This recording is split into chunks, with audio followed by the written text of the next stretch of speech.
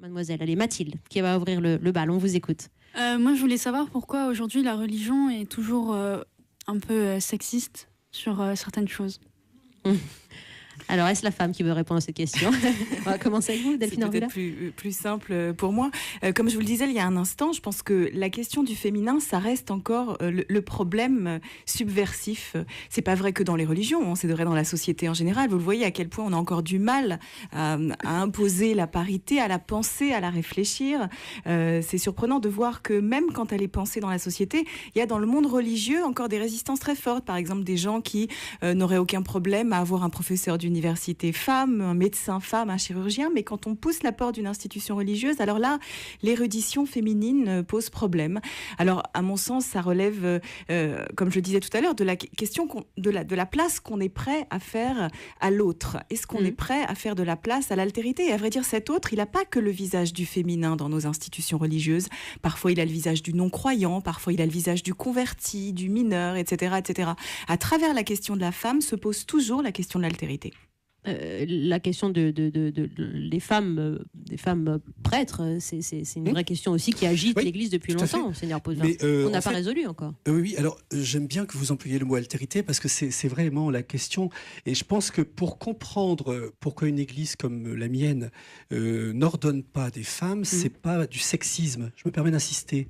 Parce que le prêtre, c'est pas le pasteur. Il y a deux conceptions différentes. On peut être pasteur et femme, pas être prêtre et femme. Et c'est pas une histoire de discrimination ou de sexisme. J'insiste, parce que c'est aux origines, il y a un sens spirituel qui a été donné. Et le pape François, qui est vraiment très, très populaire et qui veut vraiment le bien de tous, il veut la promotion de la femme dans l'Église catholique, mais cette notion-là de confier la prêtrise, c'est quelque chose qui n'est pas concevable spirituellement. Le prêtre, c'est pas quelqu'un de supérieur. Si on conçoit le prêtre comme un supérieur, évidemment, ce sera toujours discriminant.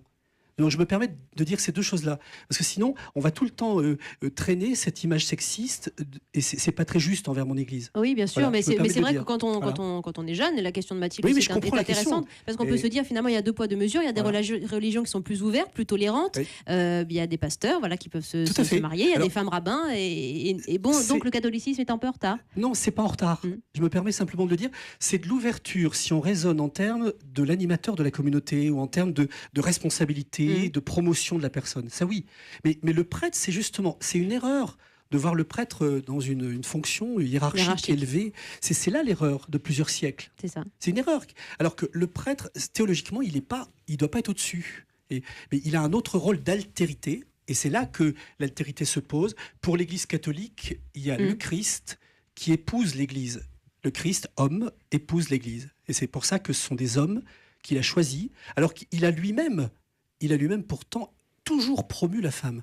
Le Christ a toujours accueilli la femme, il lui a rendu énormément de promotion dans sa vie, mais il a choisi des hommes pour ce service. Et c'est pas discriminant pour nous sur le plan spirituel. Abdelali Mamoun, il n'y a pas de femme imam? Non, il n'y a pas chez nous non plus de femmes imams, à part des cas extrêmement isolés qu'on peut avoir dans certains pays anglophones. Tout simplement parce qu'effectivement, comme disait Monseigneur Potvin, c'est qu'il n'y a pas de sentiment de supériorité. Chez nous, il n'y a pas de clergé, donc l'imam n'est pas au-dessus des autres, il ne se situe pas au-dessus des hommes. Donc que la femme n'exerce pas cette fonction en tant que fonction ne la diminue pas. Donc à partir de là, le problème n'existait pas, donc il n'y a pas à résoudre quelque chose qui n'existe pas. Il y a des femmes érudites, il y a des femmes savantes qui ont joué un rôle très grand en islam, mais ça ne diminue en rien l'égalité et l'équité qu'il peut y avoir. Oui, la femme doit prendre une autre place dans la religion musulmane, en tout cas, pas celle chacun a un rôle, chacun joue un rôle, comme dans la famille, chacun joue un rôle. La femme est porteuse d'enfants, l'homme n'est pas. D'accord. Et c'est un immense privilège. Mais justement, on va évoluer parce que les mœurs évoluent aussi. Delphine Orvila, vous vouliez rebondir. Je pense qu'il faut faire juste attention de ne pas ramener chaque sexe aux attributs de son genre, comme si la femme ne pouvait être que dans des fonctions d'épousailles ou de maternité. Je pense que le problème critique, pour moi, il est au-delà de la question de prêtre, rabbin ou imam. pour moi, c'est véritablement l'accès des femmes à l'érudition. C'est-à-dire, je pense que si on ne donne pas aux femmes l'accès au texte, c'est-à-dire au savoir, on ne leur donne pas accès au pouvoir. Mais c'est le cas. C'est le cas dans vos 3 religions. Et c'est là que je vous rejoins sur néanmoins, l'érudition. Justement. Oui, non, mais là, je vous rejoins pleinement parce que quand vous employez le mot érudition, et là, je vous rejoins tout à fait, nous souhaitons qu'il y ait de plus en plus de femmes en théologie et c'est de plus en plus promu. Oui. D'ailleurs, nos références spirituelles, nos grandes mystiques sont des femmes. Et moi, vous aussi, il y a des religions, vous voulez davantage de femmes en théologie. Et donc, quand vous évoquez l'érudition, je suis tout à fait d'accord. Aujourd'hui, ou d'autres fonctions sociales d'ailleurs. Allez-y, monsieur. Donc nous aussi, donc effectivement, par exemple, les grandes universités islamiques du monde musulman intègrent et parfaitement les femmes au sein des étudiants qui veulent suivre ce cursus et devenir des référents, des cadres musulmans et qui joueront pleinement leur rôle au sein de ces institutions-là.